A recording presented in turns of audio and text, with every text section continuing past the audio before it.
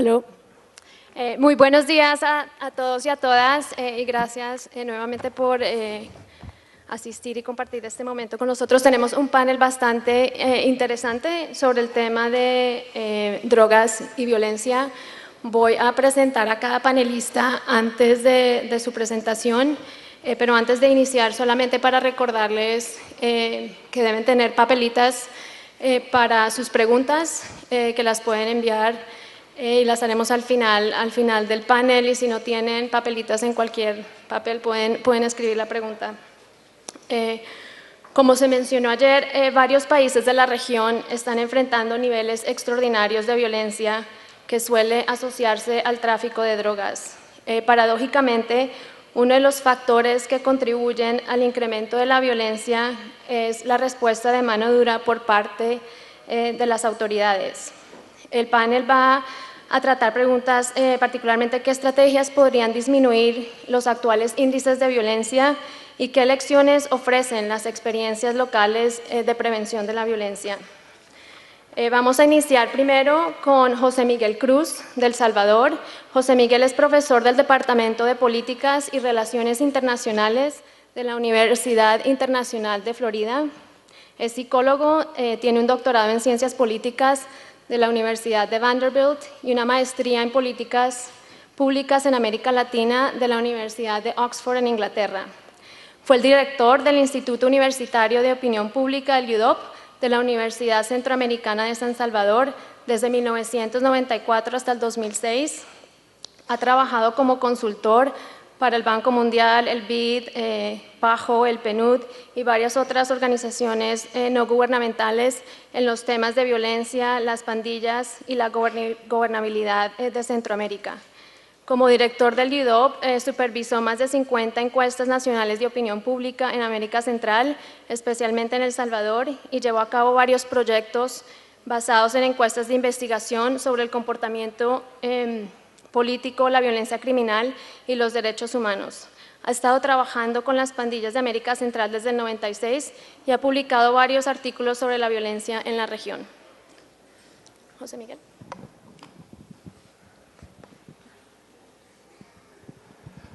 Gracias, Adriana. Buenos días a todas y a todos.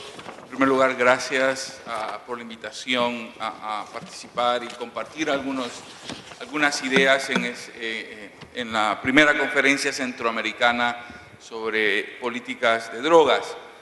Lo que voy a presentar, y voy a tratar de hacerlo muy brevemente, es un poco el tema de la discusión sobre la violencia y drogas en Centroamérica, sobre todo desde el punto de vista de lo que hemos aprendido sobre la violencia en Centroamérica. Y por lo tanto voy a dar una especie de contexto sobre la problemática y sobre la relación entre violencia y drogas. Si podemos ver la siguiente.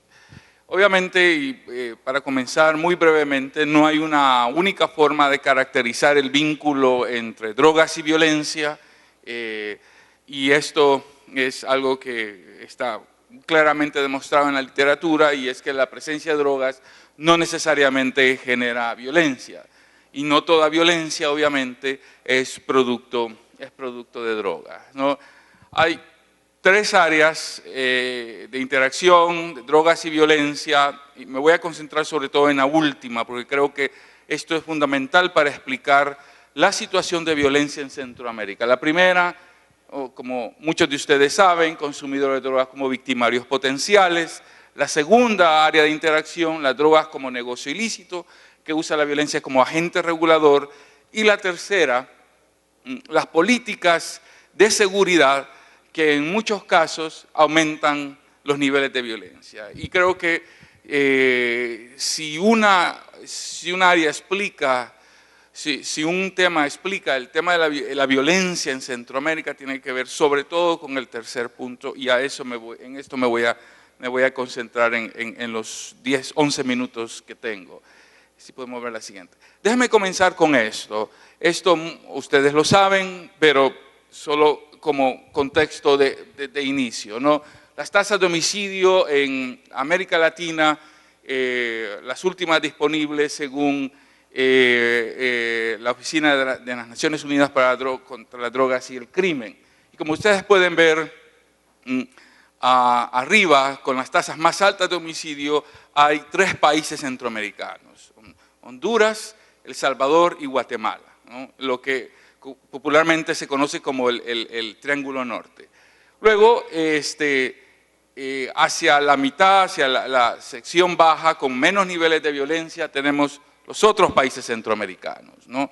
Nicaragua, Costa Rica, bueno, Panamá está a la mitad, creo que no tengo Belice aquí, Belice estaba un poco arriba, pero Nicaragua y Costa Rica parecen ser parte de otro mundo. Y esto lo podemos ver más claramente en el,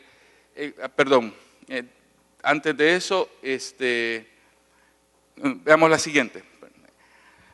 Esto, para poner esto en contexto histórico, sobre la violencia en América Latina en los últimos 50 años, desde 1960. O sea, si ponemos la violencia en América Latina en 3 subregiones, grandes subregiones, los Andes, el Cono Sur y Centroamérica, básicamente ustedes pueden ver que hay 3 historias distintas, ¿no? 3 historias muy distintas aquí que contar, ¿no? O sea, no toda América Latina es violenta, obviamente, pero hay 2 regiones que han sido especialmente violentas, y estos son los Andes y Centroamérica.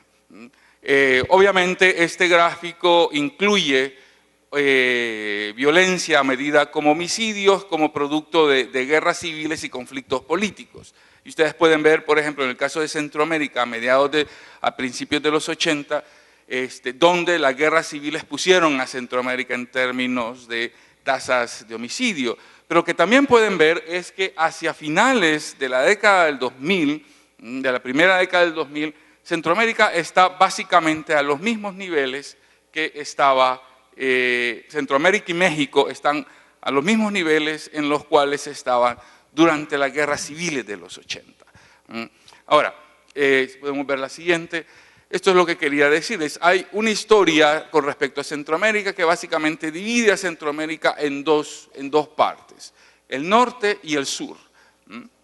El norte, que desde los 90, desde el fin de las guerras civiles, básicamente ha mantenido tasas más altas de violencia y que en los últimos años se han incrementado de manera significativa, y el sur, Nicaragua y Costa Rica, en este caso, que básicamente se han mantenido relativamente estables, ¿no? Nicaragua, de hecho, logró bajar un poco las tasas y se ha mantenido ahí, y Costa Rica, más bien que ha habido un aumento en los últimos años, aunque en las últimas cifras muestran una disminución.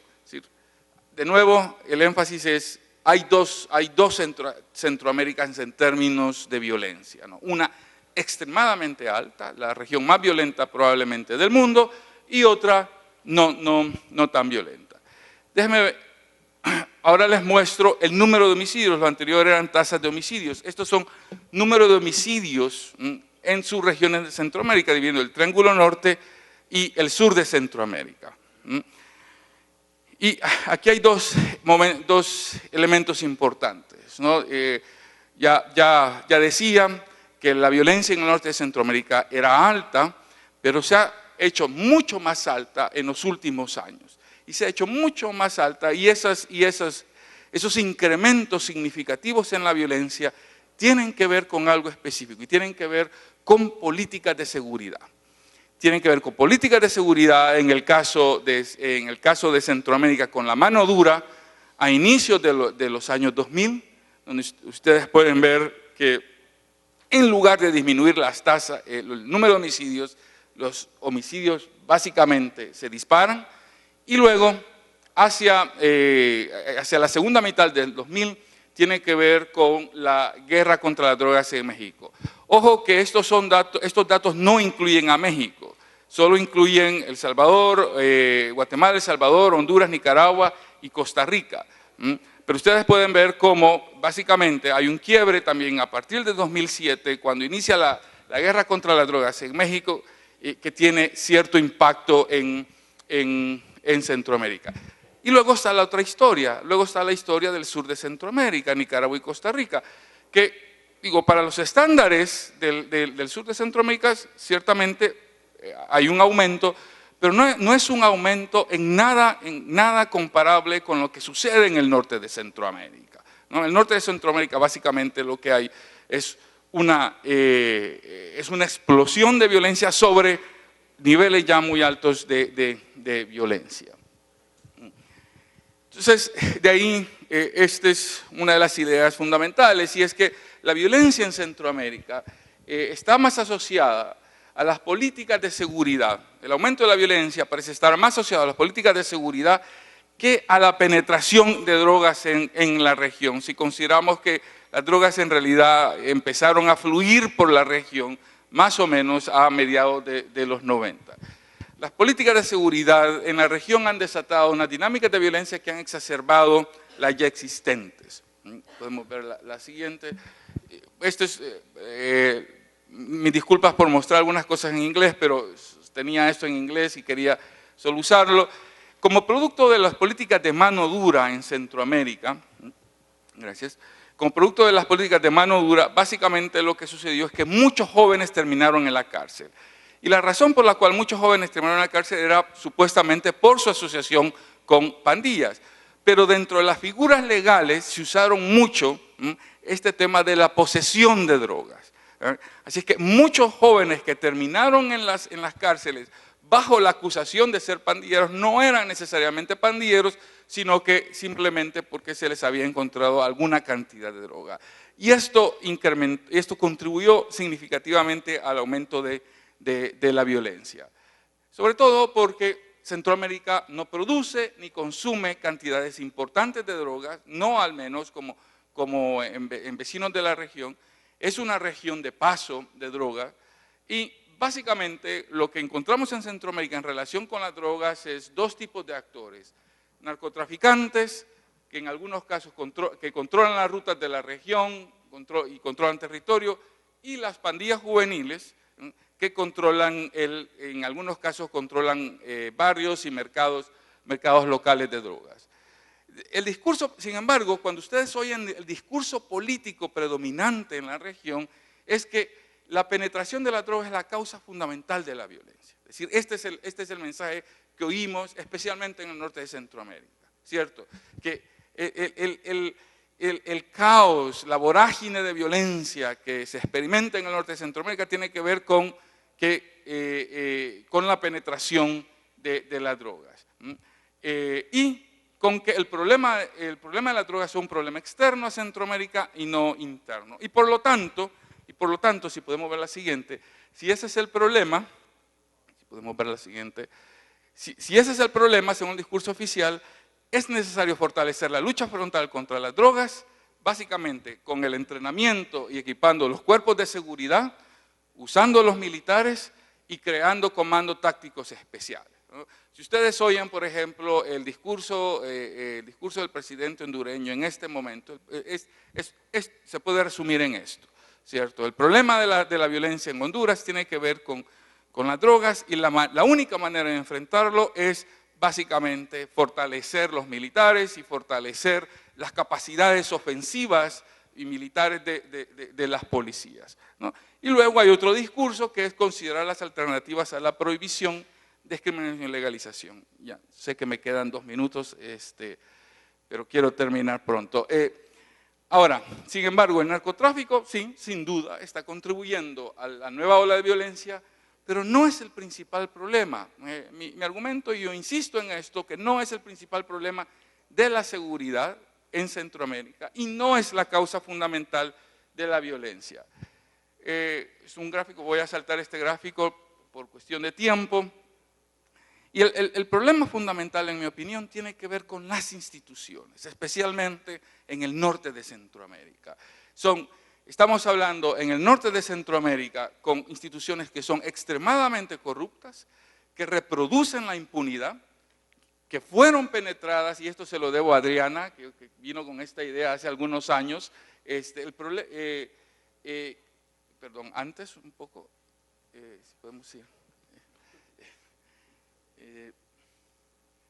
que el problema fundamental es, como decía, con instituciones extremadamente corruptas, y el problema es que mientras pensemos y mientras atribuyamos el problema fundamental a las drogas como tal, estamos alejando la discusión fundamental de la que debe ser, de lo que es una de las causas principales. Y las causas principales tienen que ver con las instituciones en el norte de Centroamérica, que fueron penetradas por el crimen mucho antes de que las drogas y los carteles llegaran.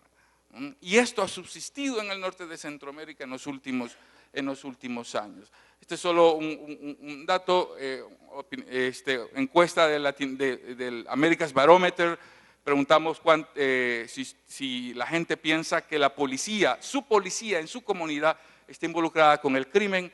Y vean cómo en el norte de Centroamérica, un minuto, Honduras, Guatemala y El Salvador, México también medio, más de la mitad de la gente piensa que su policía está involucrada con el crimen. Hay un porcentaje importante en Costa Rica, un poco menos en Nicaragua, en Panamá, pero ustedes pueden ver de nuevo la diferencia en dos Centroaméricas. En resumen, este paradigma tradicional de fortalecer técnicamente a las policías ha fracasado, fundamentalmente porque lo que se ha hecho es dar más equipo, más entrenamiento a cuerpos de seguridad que ya estaban penetrados por el crimen, que ya eran corruptos, y que con ello se ha incrementado su capacidad para contribuir a la inseguridad en Centroamérica. El problema fundamental es la impunidad y la falta de transparencia, en mi opinión, y hasta ahora las guerras contra las drogas solo han exacerbado el problema de la violencia y la impunidad. Lo voy a dejar aquí por cuestión de tiempo. Muchas gracias.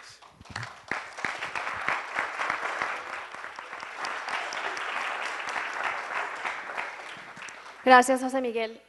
Bueno, vamos a seguir con Marta Guzmán de Castro, de El Salvador. Marta es una lideresa comunitaria, orientadora de jóvenes de comunidades de alta vulnerabilidad en prevención de la violencia. Posee un título diplomado en Teología y Magisterio de la Iglesia Católica de la Universidad Centroamericana José Simeón Cañas de la UCA de San Salvador. También posee un título diplomado de Teología de la Universidad Escuela de Teología Salesiana de San Salvador. Fue coordinadora de pastoral, formación en la fe del Centro Escolar Católico Nuestra Señora de Lourdes, Congregación de las Religiosas de la Asunción, y luego fue miembro directivo de Comisión de Laicos para formación de agentes de pastoral en el Arzobispado de San Salvador. También fue representante de la parroquia El Sagrario, Iglesia El Rosario, Pasos y Proyecto 2000 en la Vicaria Divino Salvador. Buenos días. Bienvenidas y bienvenidas a este segundo día del foro. Importante su presencia, importante que aprendamos también a seguir escuchándonos y conocer la realidad de nuestros pueblos en esta temática. Bueno, no soy ninguna experta de nada, sencillamente voy a compartir parte de mi vida que a diario queda o la disfruto de alguna manera en las calles, pasajes, colonias y comunidades de la ciudad de San Salvador y en el centro de San Salvador. Mi opción de trabajo voluntario, que inicié en 1987 como agente de pastoral de la parroquia El Rosario de la Orden de los Predicadores en San Salvador, fue en aquel momento de la historia de la Guerra Civil todavía. Esa parroquia era un punto importante en la historia y sigue siendo, porque con frecuencia era tomada por diferentes grupos. Sin embargo, el trabajo lo seguíamos realizando con ellos dentro. Ellos nos respetaban, igual nosotros hacíamos. Pero el trabajo de un agente de pastoral no está al interno de una parroquia, está fuera de la parroquia. Así que la realidad nos demandaba y la sectorizamos en 4 partes. Huelepegas, así eran conocidos, los niños que inhalaban pega. Indigentes, maras y prostitutas. Por algunos años dimos respuestas cristianas y humanas a cada uno de los sectores. Unimos esfuerzos en aquel momento con Los Palmes y otras instituciones gubernamentales para dar cobertura a la demanda de los niños. Yo daba seguimiento en la calle y cada sábado los acogíamos para bañarse, lavar su ropa, jugar un momento y alimentarse un poco. Todo ocurría sin ningún veto a seguir. Mientras tanto, el tema Maras crecía y era un lugar donde se peleaban por su identificación de colegio, sus colores o sus distintivos. Pero ya estaba aumentando su poder también y se peleaban por territorios, de tal manera que desde aquel tiempo hasta hoy somos la parroquia territorio de la Mara 18. La entrada principal de ella, del templo, era como su casa. Ahí permanecían y se realizaban ritos a los nuevos integrantes, como también los castigos. Por tanto, como agente pastoral creí oportuno acercarme a ellos, ir ganando la confianza. Dicho y hecho, así fue. Con algunos logramos cambios en sus vidas, o por lo menos iniciamos algún proceso. Otros no avanzamos, pues el elemento de la droga había crecido entre ellos y ellas. Para ese entonces, las muchachas, las jóvenes, las señoritas en las maras, eran muchas. Hoy ha disminuido. Para 1996, las parroquias que hacían este mismo trabajo en diferentes lugares de El Salvador y de San Salvador, nos unimos para fortalecernos y dar una mejor respuesta.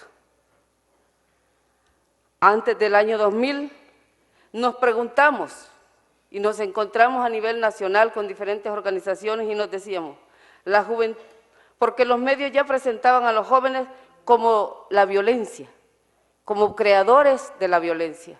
Entonces nos preguntamos, los diferentes grupos y organizaciones, ¿la juventud es violenta o la violentamos? Y desde allí continuamos realizando nuestro trabajo. A partir del modelo ECO 2 que ayer nos mostraron, fuimos haciendo lo nuestro también, y ese modelo exige que la experiencia haga un proceso de investigación en la acción, trabajo preventivo y de reducción del daño. Ello implica partir de la representación social que tienen las comunidades, los jóvenes y los niños. Por tanto, el trabajo de campo, visitas domiciliarias, diálogo, coordinación con directivas comunales, aprender a escuchar a los niños y a los jóvenes, eso es a diario. Conocer sus necesidades, compartir sus celebraciones, acompañarles en sus desastres y sufrimientos porque viven en zonas vulnerables. Acompañar sus búsquedas para mejorar su comunidad, crear la necesidad en los padres y madres de familia y el interés porque sus hijos vayan a la escuela, estudien. Como cristiana convencida que esta es una de las formas de construir el reino de Dios, que es justicia, verdad y paz. Y eso es mi vida, parte de mi vida. Esa vivencia con las comunidades y con los jóvenes me da vida. En la medida que vivo y sirvo a los excluidos y a los más débiles. Cada uno de ellos son personas que merecen ser respetados y reconocidos como parte importante de la sociedad. La cercanía y confianza ganada me permite que acompañe procesos de reducción del daño ambulatorios o residenciales. De igual manera, no descuidar la acción de prevención en las comunidades. Estoy segura que muchos de los presentes disfrutan cuando un joven termina un proceso, algunos profesionales, otros universitarios, comerciantes, otros formaron su propia familia. Basta dar una oportunidad y creer en ellos. Basta no tenerles miedo. Por mucho tiempo no hice sola el trabajo, fuimos equipo. Y desde la experiencia de la Orden de Predicadores, nos llamamos Esperanza Dominicana. Nosotros decíamos, y lo seguimos creyendo, que éramos una esperanza de vida para estos niños y para estos jóvenes. Pasajes, colonias, comunidades, calles, sigo recorriendo con convicción, no más con mi fe, mis miedos y mi voluntad de servir. Para unos soy la tía, para otros soy la hermana, para otros soy la madre. No importa cómo me identifiquen, lo importante es que estoy. En esta experiencia, no todo es alegría cuando celebramos el logro o la superación de alguno de los muchachos. En otras comunidades sufren el abuso de autoridad en todas sus expresiones, golpizas, botando las puertas de las casas con violencia, atropellando niños y adultos mayores sin compasión, a medianoche o por la madrugada, capturando jóvenes en algunos casos, creando juicios amañados y publicitarios para continuar justificando leyes represivas, como mano dura, supermano dura, mano de hierro y otras. Y así los cuerpos de seguridad se agencian triunfos, golpes a estructuras delictivas y aumentan las estadísticas de privados de libertad. Igualmente, algunos grupos de poder económico, medios de comunicación, escrito, radial, digital, televisivo, violentan, cortan procesos, destruyen familias, asesinan la esperanza de muchos jóvenes. Cuánta impotencia me provoca el abuso del poder. Desde mi experiencia de fe, ruego a Dios que el nuevo proyecto de policía comunitaria en mi país pueda realizar un trabajo cercano e integrado y de equipo. Yo, una cristiana común, responsable del bien y del mal de mi tierra, invito a las autoridades, sectores de poder económico, iglesias, salud, educación y otros. Basta de vivir y de hacer crecer sus riquezas a costa del dolor, de la muerte y la destrucción de las familias. Los niños y los jóvenes no son números, son personas. Y nosotros, los aquí presentes, algunos, con mucho respeto, invito a que revisemos por qué trabajamos en esta problemática. ¿Nos interesa transformar la vida de estos grupos de personas o somos unos más viviendo de ellos? Que el salvadoreño más conocido y amado también, como también no muy amado, Monseñor Romeo, el hombre más coherente, nos acompaña en tan humana y arriesgada misión. Atrás de estas líneas y este compartir hay vidas, hay historias, hay personas que esperan porque nosotros les demos una oportunidad. Recordemos que los jóvenes necesitan una oportunidad. Muchas gracias.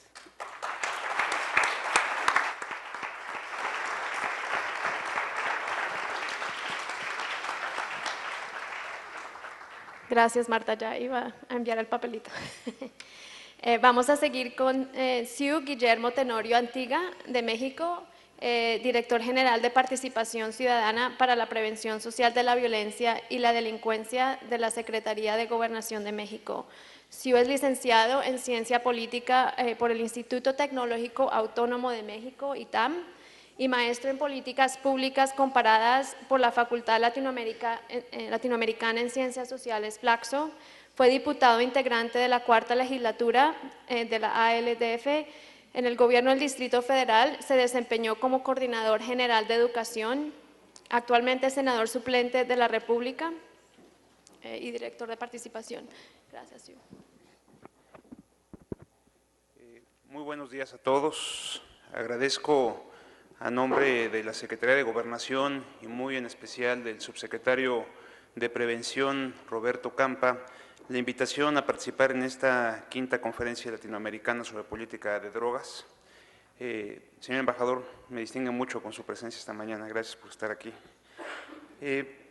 Yo quisiera recordarles o compartirles a todos ustedes cómo fue que el presidente Enrique Peña Nieto recibe su administración hace exactamente 2 años. Él resulta electo en julio de 2012 y tuvimos 4 o 5 meses para hacer un diagnóstico en materia de seguridad para saber cómo estábamos recibiendo al país.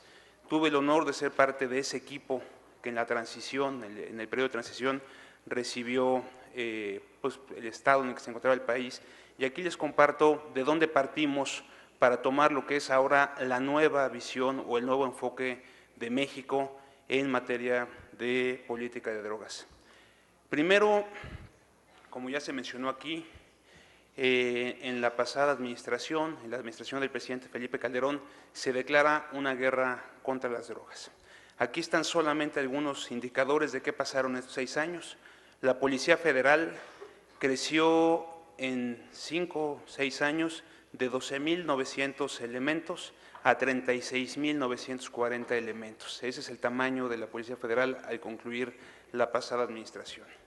Aquí nos se refleja también los integrantes de nuestras Fuerzas Armadas que salieron a trabajar en tareas civiles o en tareas policiales. Pueden ver cómo prácticamente se triplicó el presupuesto en materia de seguridad. Al inicio de la administración del presidente Calderón estábamos invirtiendo 52,000 millones de pesos en materia de seguridad. Al concluir la administración estábamos invirtiendo 147,000 millones, prácticamente el triple. Esta gráfica lo que intenta mostrar es cómo se comportó la incidencia delictiva contra la inversión en seguridad. Pueden ver que no necesariamente la inversión en seguridad representa una disminución en la incidencia delictiva. Pueden ver claramente cómo en este periodo 2006-2012 se da este incremento prácticamente que triplica el presupuesto en seguridad y la incidencia delictiva, por el contrario, se incrementa. Se podría argumentar que creció la denuncia, pero aún así el comportamiento no es estrictamente proporcional a la inversión que hicimos como país en estos 6 años. Estos son los principales delitos o los delitos de alto impacto, como se le conoce, cómo se comportaron en la pasada administración. Pueden ver que no necesariamente el tener más policías, el tener más inversión en seguridad, demuestra que se va a reducir la incidencia delictiva. Aquí pueden ver cómo se comporta el secuestro, el homicidio, el robo con violencia, la extorsión, y pueden ver claramente cómo todos los delitos se incrementan prácticamente en porcentajes del 100%. Era una guerra contra las drogas, como se ha mencionado. Aquí pueden ver, de acuerdo a las encuestas nacionales de adicciones, cómo la prevalencia o el consumo de drogas ilícitas o drogas no legales se ha incrementado sostenidamente desde el 2002 hasta el 2011. Aquí está la posición que en la pasada Comisión de Estupefacientes de la ONU fijó México, fijó mi país, en voz de la subprocuradora Mariana Benítez, y me parece relevante esta frase porque creo que sintetiza la visión del Gobierno de México en este momento. La leo textual, dice: las estrategias de reducción de la demanda y de la oferta que se emprendan bajo los pilares de la Declaración Política y Plan de Acción de la ONU en esta materia no deben causar efectos nocivos superiores a los daños que de origen genera la oferta y la demanda de drogas. En este sentido, México ha cambiado su visión en este tema y ahora el presidente Enrique Peña Nieto ha incorporado en el sistema de seguridad un elemento que estaba ausente. Teníamos la parte de seguridad pública, la parte de procuración de justicia, los ministerios públicos, la administración de justicia con los jueces, la parte del sistema penitenciario, pero faltaba una componente esencial que es en el que estamos trabajando ahora, que es la prevención social. Esta inclusión es el nuevo modelo con el que está trabajando México en este momento y que ha representado un viraje prácticamente de 180 grados en mi país. No voy a abundar o profundizar demasiado en el Programa Nacional de Prevención, solo quiero mencionar que estamos trabajando con más de 200 millones de dólares anuales en atender las causas que originan la violencia y la delincuencia, esos factores estructurales que ahorita voy a abundar en ello, que son determinantes para que exista violencia en nuestros países y en nuestra región. Estamos trabajando con estrategias de alcance nacional, estamos trabajando en las 32 entidades federativas del país, trabajamos en los 100 municipios, o 95 municipios y 5 delegaciones del Distrito Federal, que concentran la mayor tasa de homicidios, el mayor robo con violencia, pero también los factores de riesgo que generan violencia y delincuencia. Y particularmente en esas 100 ciudades de México estamos trabajando en 242 polígonos, que es donde está concentrada estas zonas que ya se ha hecho referencia, donde está concentrada lamentablemente la mayor violencia y los mayores índices delincuenciales.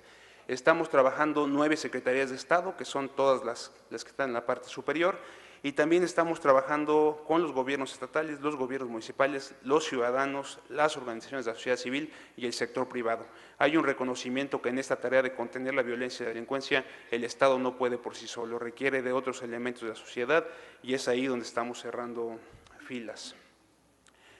Muy rápidamente, ¿cuáles son los objetivos del programa? Incrementar la corresponsabilidad de la ciudadanía y actores sociales en la prevención social, reducir la vulnerabilidad ante la violencia y delincuencia de las poblaciones de atención prioritaria, generar entornos que favorezcan la convivencia y la seguridad ciudadana, fortalecer capacidades institucionales para la seguridad ciudadana en gobiernos municipales y estatales, entre otros. Aquí pueden ver, este es un texto que esperamos pronto esté traducido al español para poderlo compartir con todos ustedes. Lo imprimió, lo editó el Woodrow Wilson Center y básicamente se llama Construyendo Resiliencia en Comunidades Resilientes en México y tiene que ver con este modelo del que les hablaba. ¿Cómo se lee esta gráfica? Hay factores estructurales que generan violencia, que es el crecimiento poblacional, la falta de recursos, la inequidad en nuestros pueblos, la falta de educación, la distribución por grupos de edad, ya se ha hablado aquí de la importancia de los jóvenes, la actividad económica desigual, la desintegración familiar, que nuestras ciudades nuestros países están pasando de poblaciones rurales a poblaciones urbanas. Todo esto genera o son condiciones que permiten que se detone crimen y violencia. También hay factores sociales como la delincuencia juvenil o el desempleo juvenil, la falta de cohesión social o de tejido social, la falta de confianza en las instituciones, la falta de participación ciudadana, pero también aquí están los problemas de consumo de algunas sustancias, la falta de cultura de la legalidad o de imperio de la ley, la debilidad institucional en muchos de nuestros países. Todos estos factores son los que originan o detonan la violencia y la delincuencia y sobre ellos hay que trabajar, no solamente centrarnos, como se ha dicho aquí, en la contención de la oferta de drogas. Ya se ha abundado sobre la relación drogas y violencia, es una de las cosas que necesitamos, más información y más datos, pero aquí está en materia de política de drogas el nuevo enfoque de México para abordar esta problemática. Primero, el problema se aborda desde una perspectiva de salud pública, no de seguridad. Estamos buscando tener más y mejor información para tomar decisiones y hacer mejores políticas públicas. Estamos buscando que haya mejores servicios de tratamiento para quienes tienen problemas o un consumo problemático de algunas sustancias y también estamos fortaleciendo el sistema de salud. Estamos buscando que no se criminalice el consumo de drogas. Estamos aprovechando ahora con el nuevo sistema de justicia penal en México los mecanismos de justicia alternativa que permiten evitar la prisión. Estamos revisando nuestro marco legal, en particular lo que ya se ha hablado aquí en varias mesas, lo que en México se conoce como el delito de la posesión, en una ley que se ha denominado la ley de narcomenudeo. Estamos interesados en su revisión. Y por último, hemos decidido empezar a construir una política de reducción de riesgos y daños, como se ha sugerido ya desde varias recomendaciones internacionales.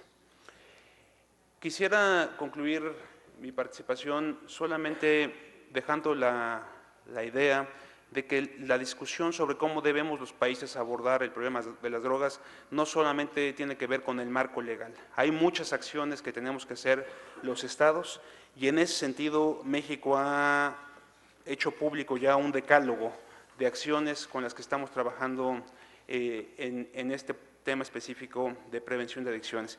Primero, queremos generar más información y más análisis que respalde las políticas públicas que estamos emprendiendo en esta materia en nuestro país. Hace falta mucha información para tomar las mejores decisiones y queremos impulsar estos estudios. Dos, necesitamos crear y fortalecer los medios de difusión y de información, particularmente para los jóvenes. Hay que darles más información cierta, clara, transparente, para que puedan tomar mejores decisiones. Estamos fortaleciendo las acciones en materia de prevención de adicciones, no solamente campañas, estamos buscando tener acciones más profundas con énfasis en niños, niñas y adolescentes. Queremos impulsar la investigación y la formación de recursos humanos que atiendan el problema de las adicciones. Necesitamos más profesionales en nuestro país que puedan atender esta problemática. Queremos ampliar la cobertura de servicios integrales de tratamiento y reinserción social. Queremos que todo aquel que desee un tratamiento lo pueda tener en un país tan grande de casi 110 millones de habitantes como es México. Estamos buscando también la profesionalización y reconocimiento de centros de tratamiento que atienden adicciones en la modalidad residencial.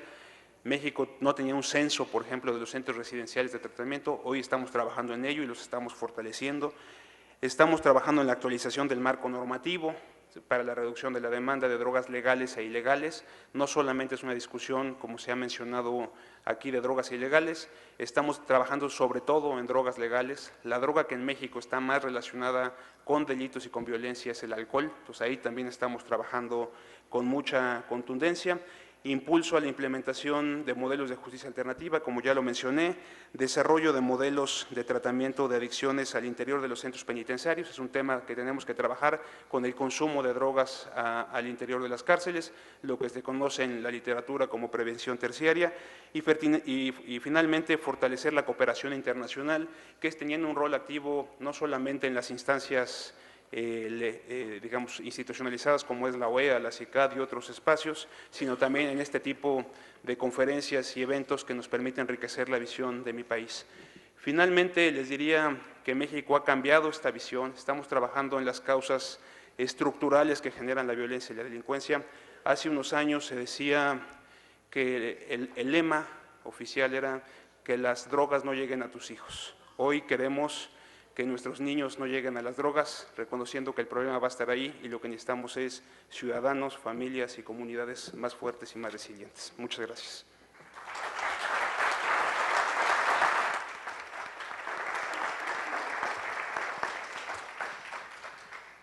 Gracias, Sue. Nuestro último panelista es Mike Trace, del Reino Unido, presidente del Consorcio Internacional sobre Políticas de Drogas, IDPC. Mike va a hacer su presentación en inglés para quienes necesitan traducción. Mike Trace tiene una amplia experiencia en el campo del tratamiento de drogas y política, desde el trabajo directo con usuarios problemáticos de drogas a altos cargos en gobiernos nacionales y agencias internacionales. Fue subcoordinador antidrogas del Reino Unido entre 1997 y el 2001. Y desde el 2000 al 2003 fue el presidente del Centro Europeo de Monitoreo de las Drogas y la Adicción a las Drogas, donde fue el responsable de dirigir el plan de trabajo de 3 años de la agencia en nombre de los Estados de la Unión Europea. Del 2001 al 2002 ocupó el puesto de director de performance en la Agencia Nacional de Tratamiento, creada por el Gobierno del Reino Unido para supervisar la rápida expansión del sector de tratamiento de drogas. En el 2002 asumió el cargo de jefe de la sección de reducción de la demanda de la Oficina de Naciones Unidas contra las Drogas y el Delito. Y desde que dejó su cargo en la ONU ha regresado al Reino Unido y al sector no gubernamental. Después de un año como director ejecutivo del proyecto Blenheim, un proveedor de servicios de tratamiento comunitario en Londres, se convirtió en el presidente ejecutivo de RAPT, uno de los mayores proveedores de servicios de tratamientos de drogas en el sistema penitenciario del Reino Unido. Mike.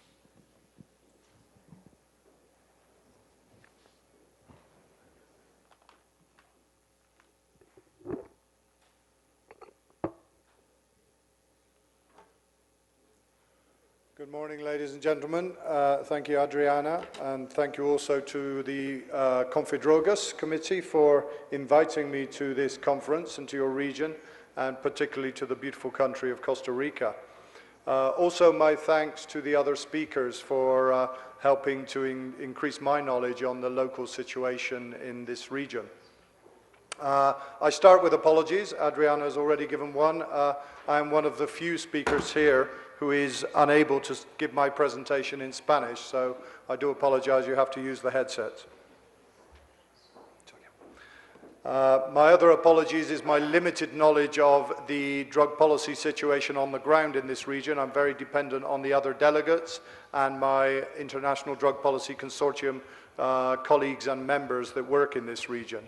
But hopefully, as you hear from my introduction, I've worked in this sector for over 30 years, and hopefully I can bring some experience that is useful to you in your consideration of this important subject.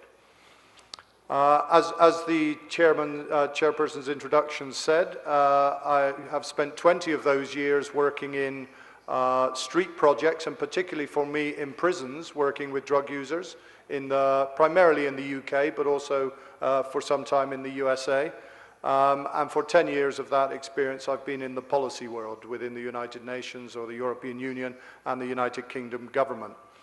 And during that period, as the United Kingdom coordinator of drug policy, I had responsibility first for the implementation of our treatment strategy, and an important part of our treatment strategy was the diversion of people with drug problems away from prison and away from prosecution into health services. So I was very interested in your discussions here yesterday. But also I was responsible for the budgets of our law enforcement agencies, their expenditure on drug law enforcement.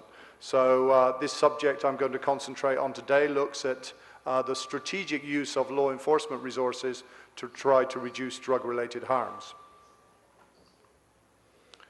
First, a few words about the International Drug Policy Consortium. Many of you know of it and are members of it. It's a global network of civil society groups, although many of the groups have government connections. I checked with my colleagues this morning, and we currently have 116 members, institutional members around the world, but that is growing at a regular pace. We take on new members every month. Our mission is to promote debate and exchanges to work towards humane and effective drug policies. As you can see in your event here, what we call a humane and effective drug policy is a subject of great debate, but from the IDPC perspective, we are clear that humane means human-based, health-based, and human rights-based drug policies that are an effective use of state resources.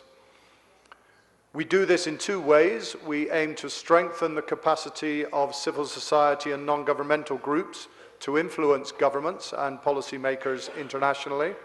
And our secretariat and our membership groups in different regions of the world advocate directly to governments and to the United Nations and other regional bodies. We have a project, have had a project the last 2 to 3 years called Modernizing Drug Law Enforcement, and that is what I will focus on in my comments today. This has produced a number of reports, hosted meetings, and has a web presence, a web page, that tries to ask the question, what is the most effective law enforcement strategy to reduce the harms related to drug markets? We are in the process of developing our next report from this initiative, that will try to summarize international examples of best practice in this area, and we are trying to produce those examples and disseminate them throughout Latin America, hopefully at the end of this year or early next year. As I say, the whole initiative asks the basic question: if the traditional approaches to repression of drug markets are not working, then what is the alternative and what is the most cost-effective law enforcement strategy to try to reduce these problems? That starts from the premise that law enforcement is an important part of any drug strategy. What the police and the prosecution and the security services do will always be part of our response to drug problems. So what sort of activities and strategies would be better than the ones we have been following previously? So what went wrong with our original plan? IDPC agrees, and our materials support this, that the traditional drug law enforcement has not been working in the way it has designed to be. And why is that?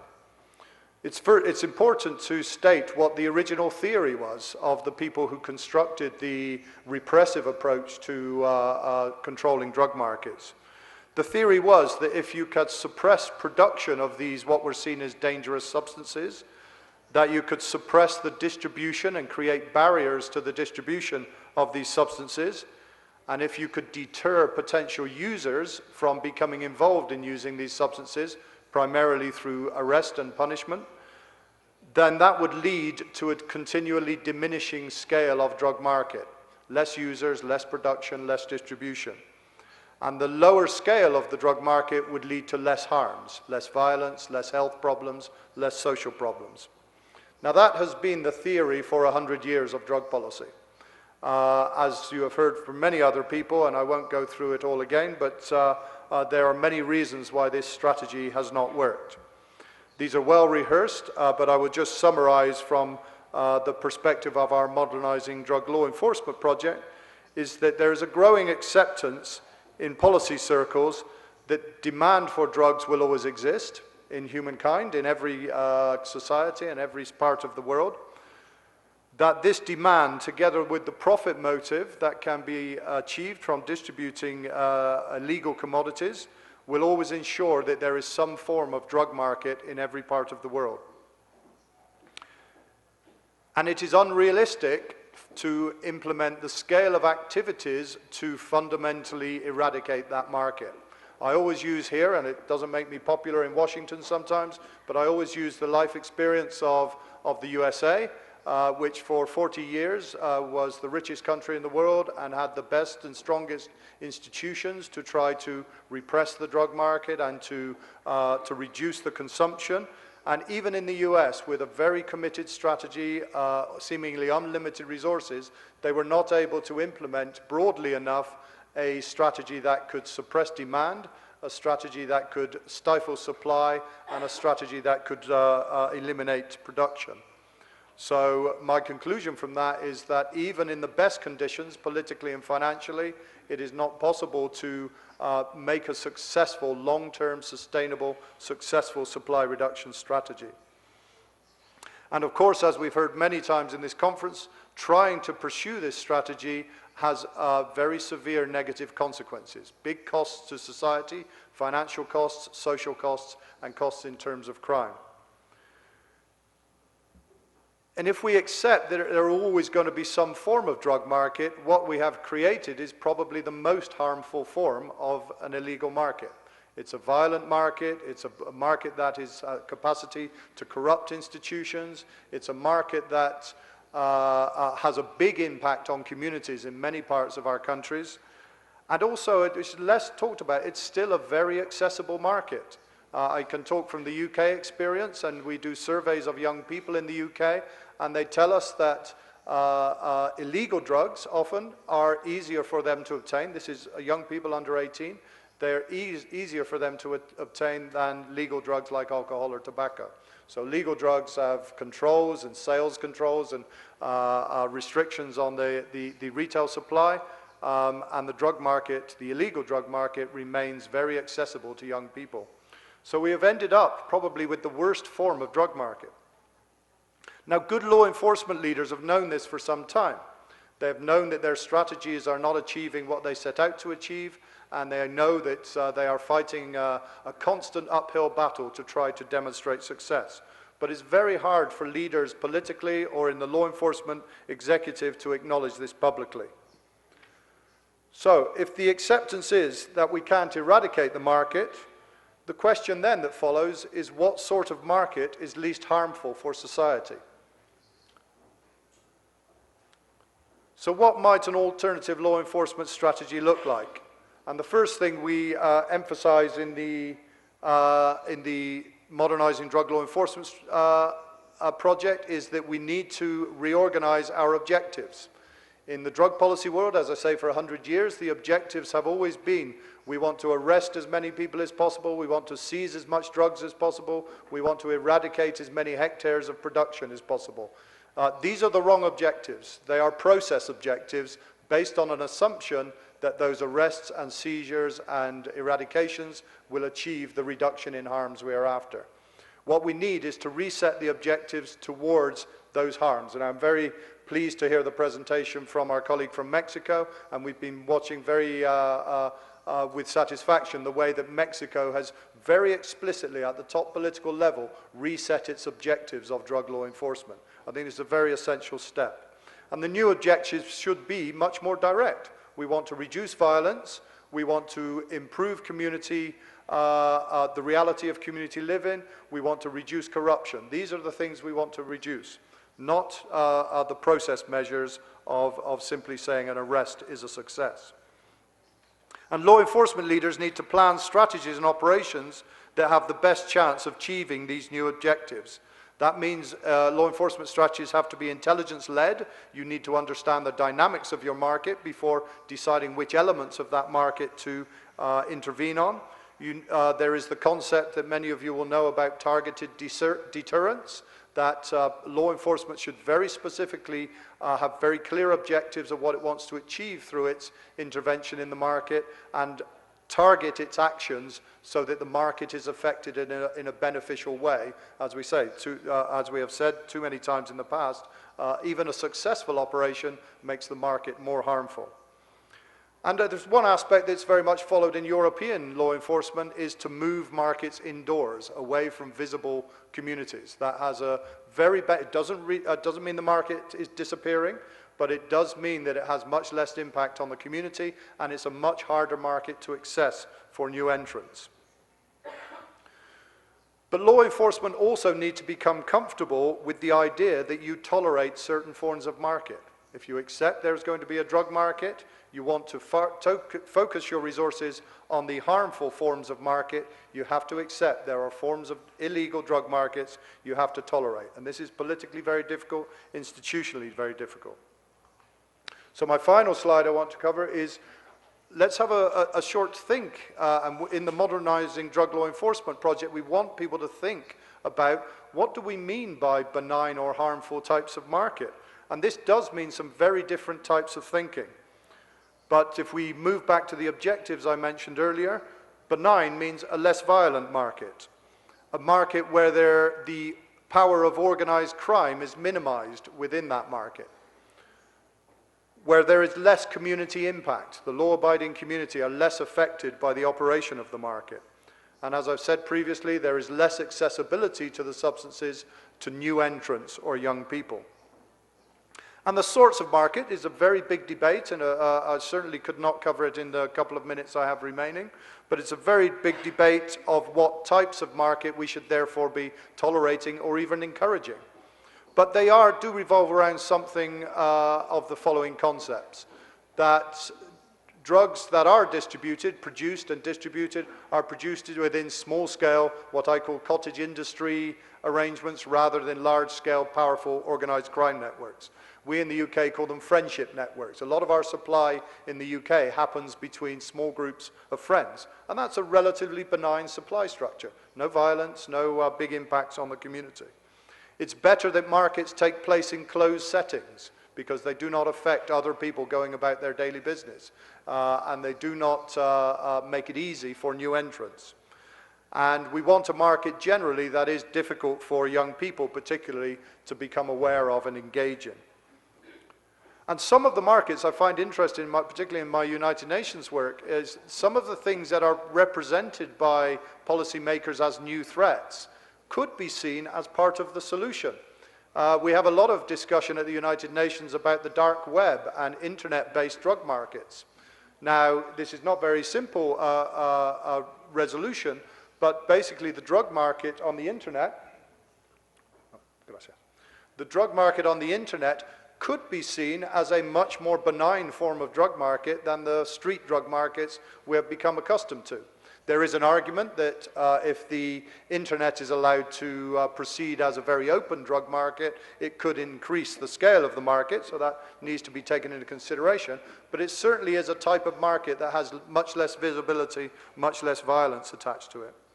Similarly, with the models of what you may hear as cannabis social clubs or the general social club approach to small groups of people banding together to grow and distribute their own drugs. This happens with medical marijuana in many parts of the world now. Of course, it remains illegal, it remains not without problems, but it does form a much more benign form of production and distribution of an illegal substance. So these should be examined as potentially part of the solution, not as something new to be eradicated. Because if you eradicate one form of drug market, you get another form and maybe more harmful.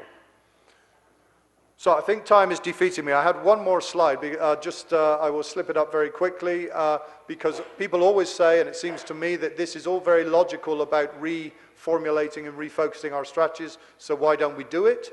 And basically because it's very politically difficult.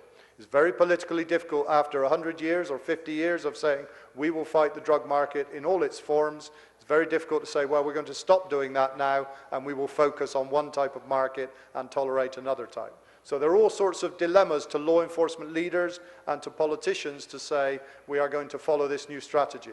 But we all need to be brave enough to wake up to this reality, and I think we will. It's just a matter of how quickly we do it. Thank you for your attention.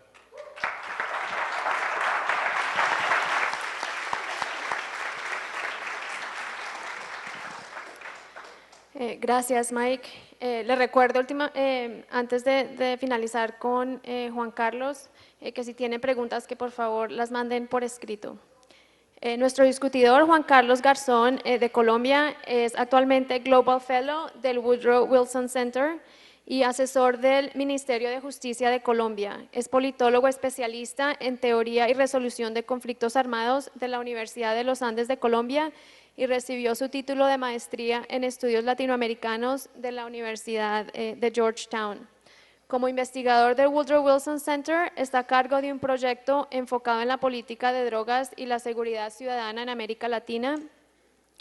Y como asesor del Ministerio de Justicia de Colombia, es también asesor de la Comisión para la Reforma de la Política de Drogas de Guatemala. Juan Carlos coordinó el proyecto Crimen Organizado y Economías Criminales en América Latina y el Caribe en la Universidad de Georgetown y previamente trabajó como parte del equipo de investigadores del Informe de Desarrollo Humano para América Latina 2013 del Programa de las Naciones Unidas para el Desarrollo Humano, Seguridad Ciudadana con Rostro Humano. Recientemente fue parte del equipo de analistas del reporte sobre el problema de las drogas en las Américas elaborado por la OEA y fungió como coordinador de la unidad de análisis de la misión de apoyo al proceso de paz en Colombia. Bueno, muchas gracias por la invitación a comentar este panel. Es un privilegio tener este espacio para dar algunas ideas y, digamos, provocar un poco el debate y la discusión. Sin más largas, yo quisiera proponer 10 puntos sobre los cuales podríamos debatir, o 10 puntos, si se quiere, debatibles o que pueden causar ruido y discusión en algunos espacios.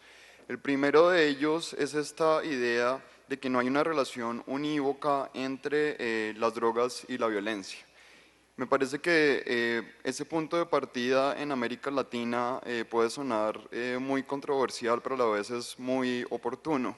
Y aquí quisiera plantear una discusión y complementando lo que han dicho los expositores, y es que la verdad hay alrededor del mundo mercados ilegales, y no solamente las drogas, que funcionan bajo reducidos niveles de violencia, o digamos unos niveles de violencia que no han sido tan altos como los que han mostrado varios países de América Latina. Eso se puede explicar por varias razones y creo que quienes toman decisiones, quienes trabajan en políticas públicas deben tener esto como un punto central. Para mí el tema problemático es que si uno mira el caso de Estados Unidos o algunos países en Europa, al parecer algunos mercados no se expresan violentamente por la capacidad que ha tenido el Estado de moldear el comportamiento de las organizaciones criminales. Lo paradójico y lo complicado en América Latina es que también encontramos organizaciones criminales que se expresan con bajos niveles de violencia, pero al contrario de lo que pasa en otras regiones es porque los criminales han logrado moldear el comportamiento del Estado. Y aquí entonces repaso la relación. Acordémonos, digamos, de que el ideal es que el Estado moldee el comportamiento de las organizaciones criminales y haga que esas organizaciones criminales se comporten bajo niveles de violencia. ¿Quién pondría en duda que en Estados Unidos hay una red extendida de distribución de drogas? ¿quién pondría en dudas de que hay una faceta muy importante del crimen organizado? Pero también, ¿qué organización criminal pondría en duda en Estados Unidos la capacidad que tiene el Estado de someterla? En América Latina es lo contrario, y si repasamos y miramos lugares de influencia del crimen organizado que tienen bajos niveles de homicidio, generalmente encontraremos altos niveles de corrupción y la capacidad, vacíos de institucionalidad y la capacidad que tienen las organizaciones criminales de moldear lo que hace el Estado. Segundo punto, un punto que en políticas públicas es vital, que es el hecho de que las acciones del Estado no solamente pueden producir beneficios, sino que también las acciones del Estado pueden ser perjudiciales. Y esto lo podemos ver no solamente en la política de drogas, sino en la política de salud, la política de educación, y eso nos lleva a tener conciencia de que la política pública puede tener también efectos perjudiciales, como de hecho lo ha tenido la guerra contra las drogas. Hay un punto que quiero proponerles o que debería guiar la conversación, es que cualquier política pública no se debe evaluar por sus intenciones, sino por sus resultados. Es decir, cada vez que escuchamos a un político, cada vez que escuchamos a un funcionario público con una presentación sobre lo que desearía hacer, la verdad es que generalmente las intenciones distan mucho de lo que realmente la política produce. Porque en América Latina la política de drogas fue vendida en términos de la seguridad de los ciudadanos, pero los resultados han ido en contravía de la seguridad de los ciudadanos en la mayoría de las ocasiones. Tercer punto, en América Latina lo que sucede en un país tiene repercusiones en los otros. Y eso creo que nos lleva a tener una perspectiva un poco más compleja en la cual y especialmente en una zona como la centroamericana, en una región centroamericana, es imposible entender lo que ha pasado en Centroamérica sin tener en cuenta, digamos, el efecto que ha tenido específicamente, para decirlo claramente, el Plan Colombia en Colombia y la iniciativa en México. Creo que eso nos lleva a tener, digamos, una discusión en términos regionales sobre cómo lo que hace un país y las victorias parciales de un país se vuelven problemas para otros países. El cuarto punto, que lo sugirió José Miguel y me parece clave, y es que es un llamado a la reflexión sobre el narcotráfico como la principal explicación de los problemas de seguridad en la región. Nosotros creo que a veces caemos en el error para darle importancia a esta discusión de caer, digamos, como un poco en el monólogo del narcotráfico como la explicación de la mayoría de los problemas de América Latina. Y paradójicamente lo que hace eso es producir respuestas que quieren responder a esa alarma ciudadana y a ese mensaje que el narcotráfico y el crimen organizado se está expandiendo por todas partes. Si nosotros compramos esa idea y bajo esa narrativa, lo que también vamos a producir es que los funcionarios públicos y los políticos y las élites desarrollen pues, políticas que estén basadas básicamente en reprimir el mercado. El cuarto punto, ya voy en el quinto, perdón. Esta discusión tiene que ver con instituciones, como lo decía José Miguel y lo han dicho otros expositores, y más allá, el tema tiene que ver con la distribución de recursos, dónde se está poniendo el dinero. Yo quisiera complementar la discusión puesta en la mesa por los panelistas con una pregunta que dejo al público y lo podemos debatir después. Es si la regulación puede ser una oportunidad para fortalecer las instituciones o si es necesario fortalecer las instituciones para abrir espacios efectivos a los efectos positivos que puede tener la regulación. ¿Qué tenemos que hacer primero? Cambiar un modelo como el modelo prohibicionista que ha puesto incentivos no solamente negativos y perversos a las instituciones, o tenemos que esperar a tener instituciones para poder asumir la regulación. Y ahí hay otra cosa, y es que ustedes escucharán en las discusiones que uno de los argumentos que se esgrima para rechazar o poner, digamos, como barreras al tema de la regulación, es que las instituciones en América Latina no están preparadas para asumir la regulación. Yo me pregunto, ¿y es que estaban preparadas para asumir la prohibición? O sea, la misma lógica funciona para para estos dos argumentos. O sea, ¿por qué pensamos si las instituciones estaban preparadas ¿O por qué si compramos esta idea de la guerra contra las drogas, con base en las pocas capacidades que teníamos, ahora resulta que esas pocas capacidades son el obstáculo para cambiar la política de drogas? 2 minutos. El sexto tema. Me parece que aquí también varios de los presentadores han hablado de un concepto clave en el campo de la seguridad, que es el tema de la prevención y sobre todo la reducción de daños. Y eso nos lleva a pensar que realmente el objetivo de la seguridad no es el castigo, el objetivo de la seguridad es la protección de los ciudadanos, y no la protección de unos cuantos ciudadanos, o la protección de aquellos ciudadanos que tienen la influencia de hacer que el Estado los proteja, sino la protección de la mayoría de la gente y especialmente de los grupos vulnerables. En esa medida lo que tenemos que hacer es reducir los daños que ese mercado ilegal produce en esos sectores. El séptimo punto, ¿cómo estamos evaluando si la guerra contra las drogas, o más bien la política contra las drogas, es efectiva o no? Y me parece que ahí recurrentemente escuchamos instituciones, funcionarios y políticos argumentando que la guerra funciona bajo un listado de indicadores que son puros medios, es decir, capturas, incautaciones. Yo quisiera escuchar a un ministro, a un funcionario público, no hablando de incautaciones y capturas, sino hablando de cuántos homicidios se han reducido, cuántos casos se han esclarecido, cuántas poblaciones hoy tienen unas condiciones de seguridad distintas, cuánta gente hoy confía más en la policía. Es ese tipo de indicadores que creo que nos podrían llevar a un horizonte de seguridad distinto. Agrego el tema de la justicia como un octavo punto, no voy a tener tiempo para desarrollarlo, pero cuando pensemos en el tema de la seguridad, no solamente pensemos en policía y militares. Aquí en este debate hay que incluir a las fiscalías, a los sistemas de justicia, pensar en la cadena de justicia en su conjunto, incluyendo los sistemas penitenciarios, porque podemos tener una policía muy efectiva, unas fuerzas militares que entran como protagonistas en esto, pero mientras que América Latina conserve los niveles tan bajos de esclarecimiento de los delitos, vamos a seguir en las mismas. Últimos 2 puntos. Me parece muy importante la reflexión de que el Estado no solamente es el sistema penal, el Estado no solamente es la policía en las calles.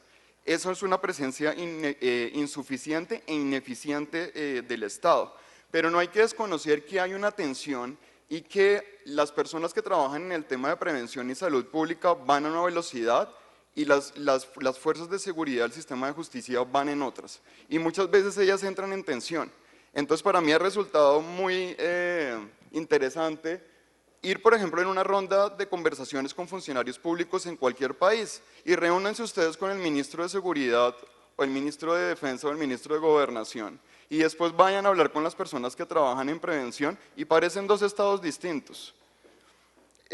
Último punto, y me parece muy importante terminar con esto, y es que el debate sobre la política de drogas implica también un debate sobre el tema de seguridad, porque aquellos que argumentan que aquí, digamos, un grupo de organizaciones no gubernamentales o instituciones se reúnen para ver cómo legalizamos de cualquier forma, cómo regulamos, sin tener en cuenta la implicación que eso tiene en términos de seguridad, están desconociendo que este tema es muy importante y que para la gente que estamos trabajando en cambiar la política de drogas, no crean que somos ingenuos.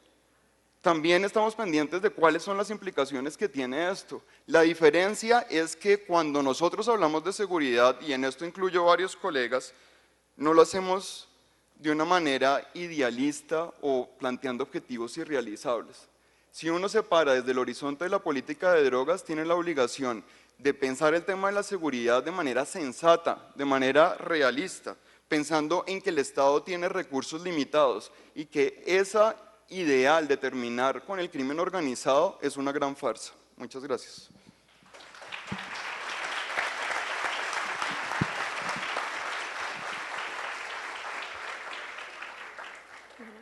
Gracias a todos y a Juan Carlos. Tengo muchas preguntas, así que esperamos en el tiempo que nos queda poder hacer la mayor cantidad que podamos, y si no, los invito a seguir hablando con los panelistas. Las primeras preguntas tienen que ver con la presentación que hiciste, Mike.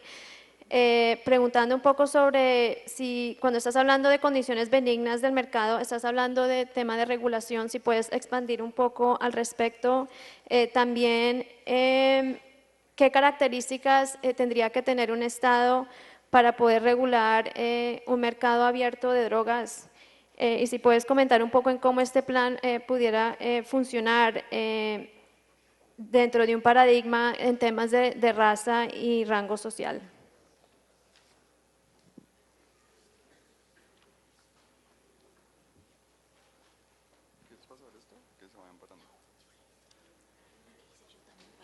Thank you very much for the question.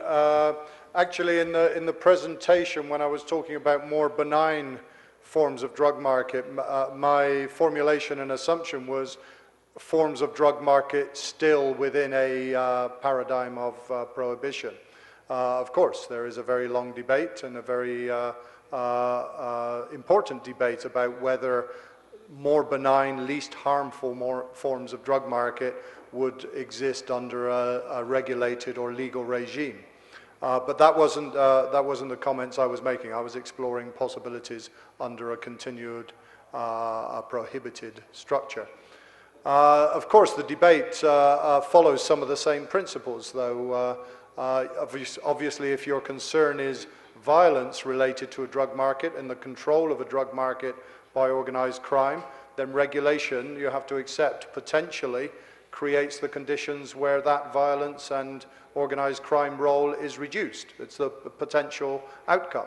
Of course, we don't know absolutely if it will achieve that outcome because it's never been tried in any great degree. We're seeing some experiments with regulated markets taking place now. So it has that potential benefit. The fears of many people, and valid fears of many people around regulated markets, is it does create a much larger market that then creates new opportunities for organized crime or other types of harms to emerge.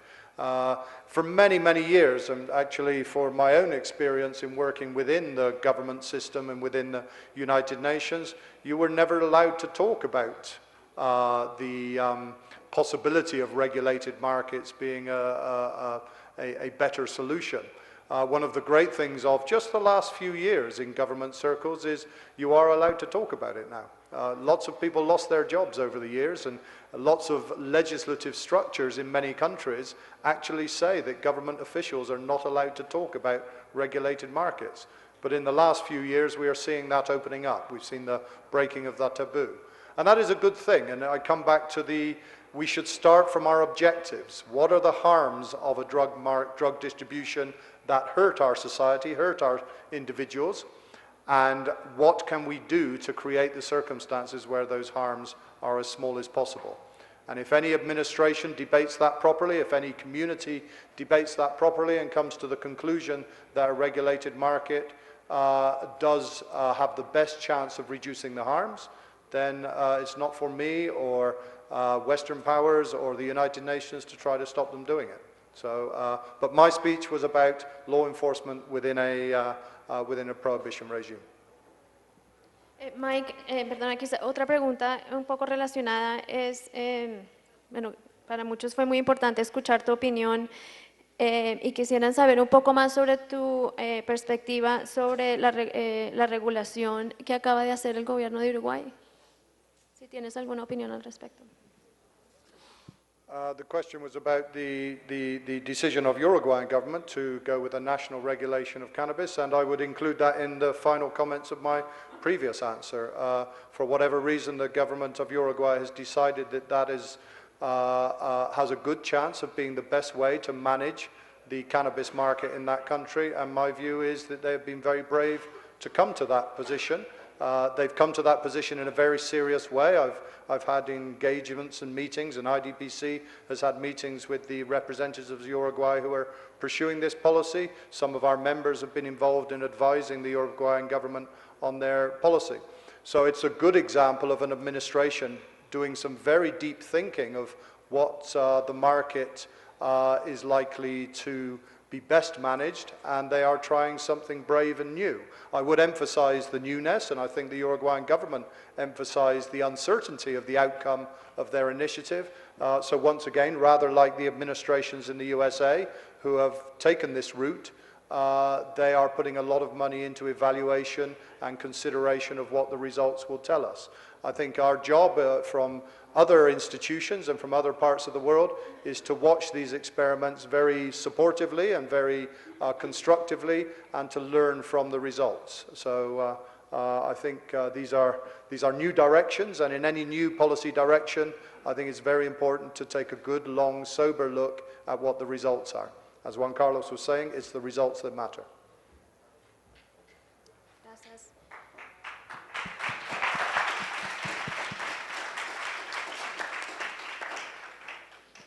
Bueno, han llegado bastantes preguntas para Sue, entonces voy a tratar de repartirlas un poco. Una de las preguntas tiene que ver con la política de los Estados Unidos, en particular con la Iniciativa América, el paquete de asistencia en seguridad. Si pudieras comentar un poco sobre la relación con la política del Gobierno de México y hasta qué punto el cambio en el enfoque hacia la prevención ha estado relacionado con el cambio de objetivos de la Iniciativa Mérida, y si crees que el cambio de los objetivos de la iniciativa ha favorecido la implementación de las políticas preventivas de oferta y demanda de droga.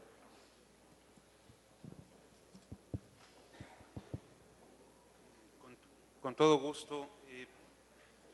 La Iniciativa Mérida ha sido fruto de la cooperación del Gobierno de los Estados Unidos con el Gobierno de México. En el agregado se divide en 4 pilares, solo uno de ellos toca la parte de prevención social, que es el pilar 4.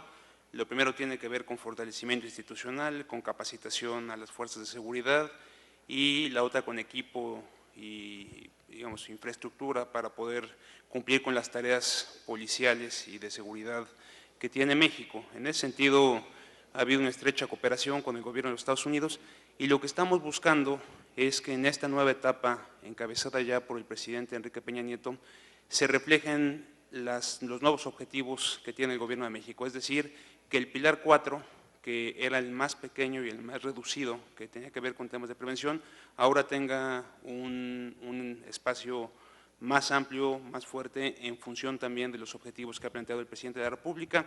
Y en ese sentido trabaja arduamente la Cancillería de México con las autoridades norteamericanas en esta nueva etapa que esperemos pronto se pueda dar a conocer de lo que será el futuro de la Iniciativa Mérida, pero hasta ahorita, digamos, seguimos trabajando conforme se pactó en los años anteriores. Gracias. Esta pregunta es para José Miguel. Si puedes comentar un poco sobre la relación entre las drogas y el tema de las maras y pandillas, y si la guerra contra las drogas ha resultado en la creación o la elaboración de políticas más represivas contra las maras y pandillas. Sí, usualmente se dice que sobre todo las maras en el norte de Centroamérica están muy vinculadas al tema del tráfico de drogas. Sin embargo, esto no es del todo cierto. Es decir, no es posible decir que las maras y que la principal fuente de financiamiento de las maras centroamericanas, del norte de Centroamérica, participan de manera pesada, de manera fuerte en el tráfico de drogas. Más bien, las maras participan en mercados de manera variada, en realidad, depende del país y depende de cada ciudad a nivel local cuando participan. Hay algunos grupos llamados clicas que pueden tener más vínculo con carteles de drogas, carteles de crimen organizado, pero estos son casos muy específicos. En general, las maras lo que hacen es participan más en otros rubros de economía criminal, sobre todo en el tema de extorsiones, sobre todo en el tema de sicariato, y en menor medida en el tema del tráfico de drogas y como mucho en el tráfico, más bien lo que se deben llamar narcomenudeo o el mercado local.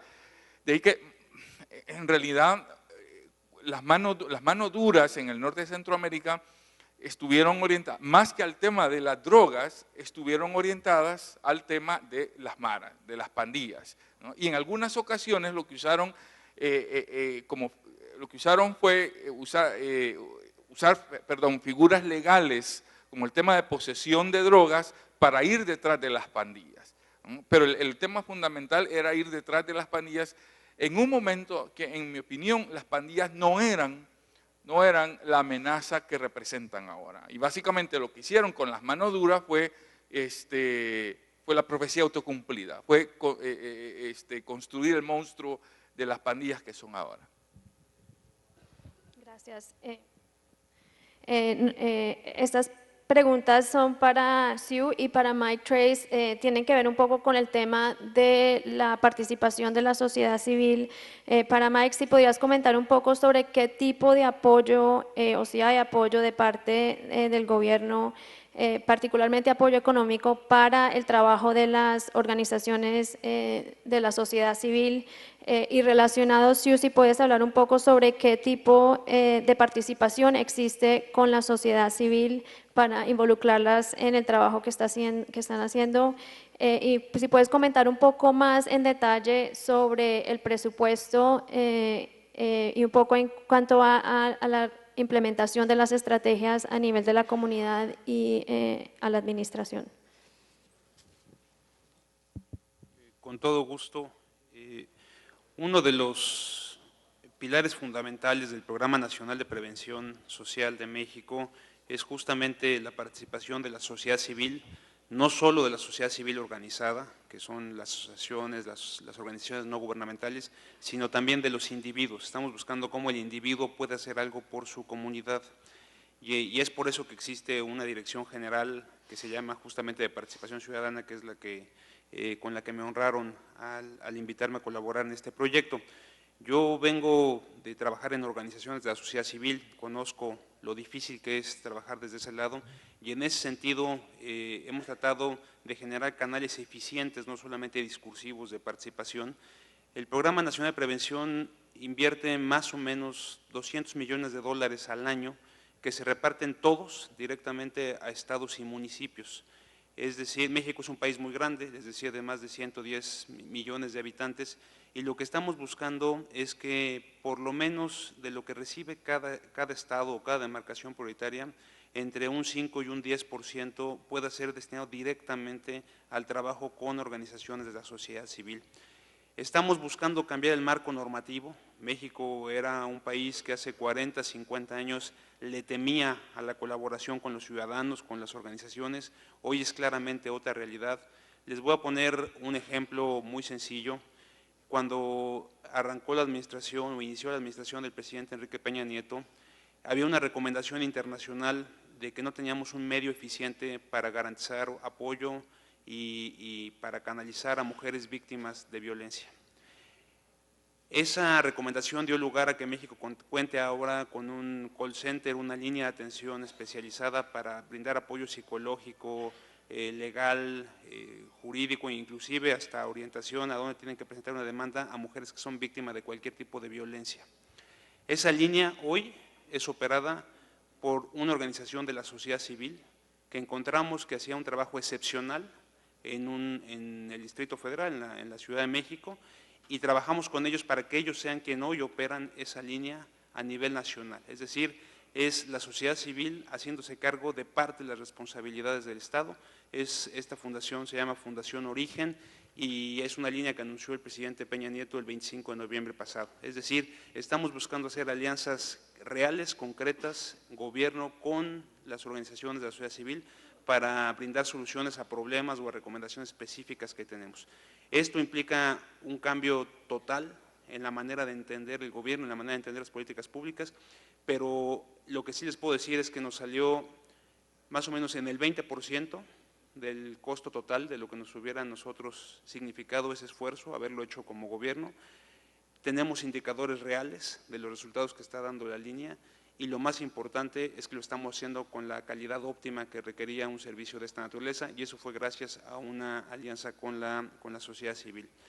No es el único programa de México que destina apoyos al trabajo con la sociedad civil.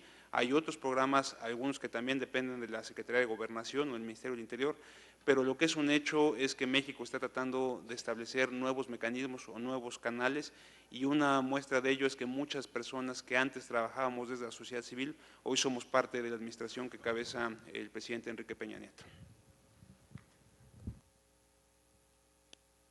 Mike.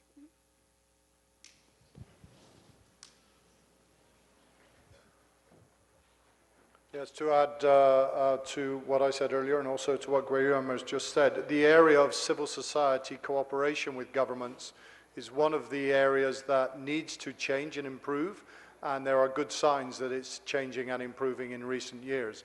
As Guillermo says, most governments who took the view some time ago that drug policy was about state enforcement saw very little role for civil society in that task, and indeed saw that civil society engagement was a difficult issue because civil society organizations and community organizations were raising difficult questions about the human rights, the community impact. The other thing to say about civil society in terms of drug policy is that's where a lot of the expertise lies. If you do have a policy that promotes community development, promotes health, promotes treatment for drug addiction, most of the quality and high expertise for these functions sits within non-governmental structures. So in a good, healthy partnership between state actors and civil society, there will be, if you like, a demarcation of activities and a flow of resources where the government and state organizations provide funding for civil society groups to do essential work, but also to be the feedback loop to say, well, how is your strategy working on the ground? And as I say, this has changed very significantly at international level over the last few years. I just want to say something specific about the United Nations level. I experienced for many years from both sides active resistance from the United Nations agencies to engaging with civil society on drug policy issues. For, you may see from their perspective, understandable issues. Their experience of civil society was we came to criticize them all the time. It's very hard in those situations to say, okay, we want you to pay us to criticize you. So that the relationship was never a particularly constructive one. That's changing very significantly at the moment. We are coming up to a United Nations General Assembly special session on drugs in 2016, and the intention, certainly from IDPC and our partners, is to create a very strong and robust structure for civil society, including grassroots organizations all around the world, to have their voice heard at the highest level of the United Nations. So I urge you with your local contacts and your regional contacts with IDPC to look out in the coming months for opportunities for your organizations in your country to engage in that United Nations process. We are fighting now to get resources into that, so also watch to see how successful we are with that. Gracias. Aló. Marta, esta pregunta es para ti. Quieren saber si puedes hablar un poco sobre la atención multidireccional que mencionaste y si consideras que es la respuesta puntual para los problemas de pobreza y violencia en El Salvador.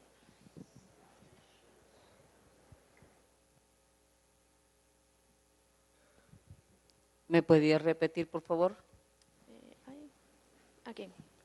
La pregunta concreta es si la atención multidireccional es la respuesta puntual para la pobreza y la violencia. Yo creo que no tenemos como una respuesta efectiva y muy clara para esta realidad. Creo que hay que trabajar integralmente con otras organizaciones, hay que trabajar también las mentalidades y hay que disponerse para responder de manera conjunta, porque es una realidad que no está en un solo lugar y que cada vez los niños y las niñas entre 5 a 10 años están siendo más vulnerables que en aquel momento que iniciamos este trabajo. Hoy las niñas y los niños son presa fácil de los grupos de maras y de otros grupos de narcotráfico. Los niños son los, vamos a decir quizás este término, son los que llevan la droga a vender a los centros escolares. Y en ese aspecto, las instituciones educativas tampoco estamos preparadas para atender esas necesidades y esas realidades. Entonces tenemos que hacer realmente verdaderos cambios, primero en cada persona y luego institucionalmente también formarnos para darles una respuesta quizás no definitiva, pero una atención de prevención siempre, pero que querramos hacerlo al menos en las escuelas públicas y ya no digamos en las escuelas privadas y colegios, eso está por verse también, porque no es, algunos tenemos una, como decimos en El Salvador, una zafada bien olímpica. Eso no es nuestro trabajo, no es por eso lo que nos pagan. Entonces, nuestras escuelas, por lo menos en el sector donde yo me muevo, los niños y las niñas y los adolescentes y jóvenes que los medios de publicación, los medios de comunicación dicen que son los violentos, se les cierran las puertas también. A los jóvenes, por su forma de vestir, también no son admitidos, entonces siguen habiendo más excluidos en ese sentido. Entonces, creo que no tenemos todavía una respuesta para poder decir hemos avanzado más en esto. No, sino que los esfuerzos que seguimos haciendo, desde donde yo lo hago, es desde mi respuesta que decía cristiana en unión con otras iglesias, pero no es también la razón no es el objetivo de muchas iglesias, ni cristianas evangélicas ni cristianas católicas, trabajar en estos sectores. No es. Para unos, eso no es un trabajo que hay que atender, no es una necesidad a la que hay que atender. Para otros, no es una inversión que va a tener una ganancia. Entonces, creo que hay tristeza, pero también hay ánimo para seguir buscando formas de dar mejores respuestas. Gracias. Sí, llegaron varias preguntas sobre las políticas del Gobierno de México. Voy a tratar de resumirlas. Una muy puntual era en la presentación que hiciste mostraba cifras previas al 2012 y quisieran saber si, dadas las políticas del gobierno, si se han disminuido los índices de violencia en México. Si pudieras comentar, aparte del enfoque en las personas que usan drogas, ¿qué otro tipo de acciones o qué tipo de acciones va a tomar el gobierno para combatir la violencia de parte de los carteles?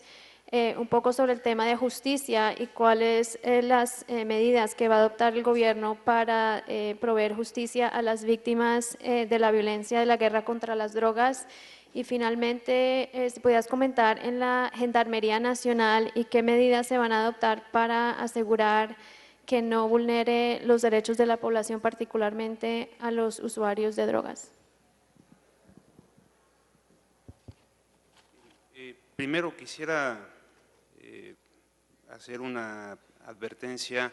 Yo colaboro directamente en la Subsecretaría de Prevención es decir, en la subsecretaría que ve la parte de los factores estructurales, como lo expuse, de la violencia y la delincuencia. Hay otra área de la Secretaría de Gobernación que es la que trabaja en la parte de la contención de los delitos, que es la Comisión Nacional de Seguridad. Es decir, nosotros no tenemos nada que ver con la Policía Federal, con el órgano desconcentrado de readaptación social y otras instancias, de manera que mi opinión o mi participación sería reducida en estos temas que tienen que ver con el combate directo a las organizaciones criminales. Yo trabajo más en el área de la atención a los factores estructurales y sociales que generan violencia y delincuencia, pero aprovecho porque me pareció muy interesante un comentario que hizo Jorge, de que decía que las áreas de seguridad y de prevención a veces parecen dos países distintos o dos visiones distintas. El modelo que México tiene en la actualidad es un modelo donde desapareció la Secretaría de Seguridad Pública, que era una Secretaría de Estado, ahora regresa a ser parte del Ministerio del Interior o de la Secretaría de Gobernación, y las dos partes, la parte de seguridad y la parte de prevención, dependen de la misma persona, que es el secretario de Gobernación, que es el licenciado Miguel Ángel Osorio Chong. Es decir, una persona es la cabeza de los dos lados, justamente para tratar, lo que decía Jorge, que estos dos brazos tan importantes caminen de manera separada o aislada, están coordinadas exactamente por la misma persona. Quiero decirles que el cambio de estrategia en la visión de seguridad ha dado resultados muy importantes que anunció el presidente de la República el pasado 1 de septiembre, que es cuando tiene la obligación constitucional de informar al Congreso de México el estado que guarda la nación. Les digo, hay una gráfica que no sé si se pueda mostrar. Tenemos en el periodo, comparando el periodo de enero-julio de 2011 al periodo de enero-julio de 2014, tenemos, por ejemplo, que homicidios dolosos en el mismo periodo se redujeron de 13,000, ahí están los datos, pueden ver, estamos comparando enero-julio de 2011 contra enero-julio de 2014, es decir, de este año en particular. Ahí pueden ver los resultados particularmente en homicidios dolosos, en robo de vehículo con violencia, en robo de vehículos sin violencia. Tenemos incrementos ligeros, por ejemplo, en extorsión, y esto tiene que ver con que hemos ido desmantelando a los principales objetivos criminales de México. Ustedes seguramente se enteraron de la captura del Chapo Guzmán y de otros líderes importantes de las organizaciones criminales de México. Se han capturado prácticamente el 80% de los objetivos que el gobierno de México se trazó capturar en el corto plazo. Hoy la mayoría de ellos ya están capturados o abatidos. Y lo que hemos visto es que al descabezar o al dejar sin cabeza las principales organizaciones criminales, empiezan a cambiar su operación y se van haciendo células más pequeñas que van cometiendo otro tipo de delitos, particularmente secuestro y extorsión. Antes eran organizaciones que se dedicaban al tráfico ilícito de drogas, hoy para sobrevivir están cometiendo otro tipo de delitos, pero pueden ver ustedes que esta nueva visión de México en materia de seguridad, que no tiene que ver con una guerra contra las drogas, está dando resultados. Estamos tratando de corregir algunas cosas que entendemos que eran prioritarias, pero también estamos ciertos que es un proceso que se va a llevar muchos años reorientar, y en ese sentido también, y por eso puse énfasis en que no solamente es la discusión legal o legislativa la que importa, sino ir generando capacidades a nivel federal y a nivel estados y municipios para tener mejores condiciones para avanzar. En este sentido, es lo que yo les podría compartir desde la perspectiva de quien trabaja en el área de prevención, no en el área de contención, que serían otras personas las indicadas para hablar por México. Gracias, Yu. En el último minuto que nos queda, y lastimosamente no puedo con todas las preguntas, pero José Miguel, quisiera saber, según el comentario que hizo Juan Carlos sobre que el Estado debe moldear a las organizaciones criminales, quisieran saber tu opinión sobre si la tregua que se dio entre las pandillas en El Salvador no es una manera indirecta del Estado de aceptar que no puede moldear las organizaciones criminales, en este caso a las pandillas por sí solo, y si puedes comentar un poco sobre si ha funcionado la tregua en El Salvador. Sí, sin duda, la tregua en El Salvador en realidad es una aceptación no tan tácita, de hecho, de que el Estado no puede controlar las pandillas y que por lo tanto necesita negociar con ellas, ¿no? Y creo que dadas las condiciones en las cuales está el norte de Centroamérica en este momento, creo que cualquier estrategia de seguridad debe implicar cierto espacio al menos de intercambio con ciertos grupos criminales, con el objetivo último de su desmantelamiento. El problema con la tregua es que la tregua se llevó a cabo de manera para resolver para sacar la cabeza del agua, básicamente, porque el gobierno estaba siendo ahogado por los niveles de violencia, y aceptó dialogar con las pandillas sin ser parte de una estrategia integral y a largo plazo de reducción de seguridad. Básicamente fue una estrategia fue una respuesta de última hora que por un tiempo funcionó, y funcionó en la medida en que el Estado era capaz de poder proveer ciertos beneficios a las pandillas, pero eso a largo plazo, si no es parte de una estrategia integral de seguridad, como dije, era imposible sostenerlo. Y eso es lo que hemos visto. Al final las pandillas ocuparon ese espacio para fortalecerse, para entender que tienen una ventaja política, que tienen una ventaja estratégica con respecto al Estado, y para forzar al Estado en otras condiciones. Creo que, como dije anteriormente, creo que en la medida en que se entienda que el diálogo con pandillas y grupos criminales es parte de una estrategia integral de seguridad, creo que en esa medida puede funcionar, pero si no es así, va a suceder lo que ha sucedido en El Salvador, que a pesar de este año y medio de reducción de homicidios, básicamente los homicidios han vuelto a los niveles anteriores con unas pandillas fundamentalmente fortalecidas. Gracias. Bueno, antes de cerrar, solamente no es una pregunta, sino un comentario de Rosa Julia. Dice Rosa Julia: mi nombre es Rosa Julia y fui víctima del daño colateral del narcotráfico en México. Felicito a todo el panel, pero en especial al licenciado Ciu Tenorio por la manera tan sensible con la que están abordando el tema de la prevención con los jóvenes. Con lo que están haciendo ahora estoy esperanzada y me quito noche del horror que viví en la cárcel gracias a la bestia llamada el narcotráfico. Felicidades. Con eso quisiera cerrar agradeciéndole a los panelistas y a Juan Carlos Garzón.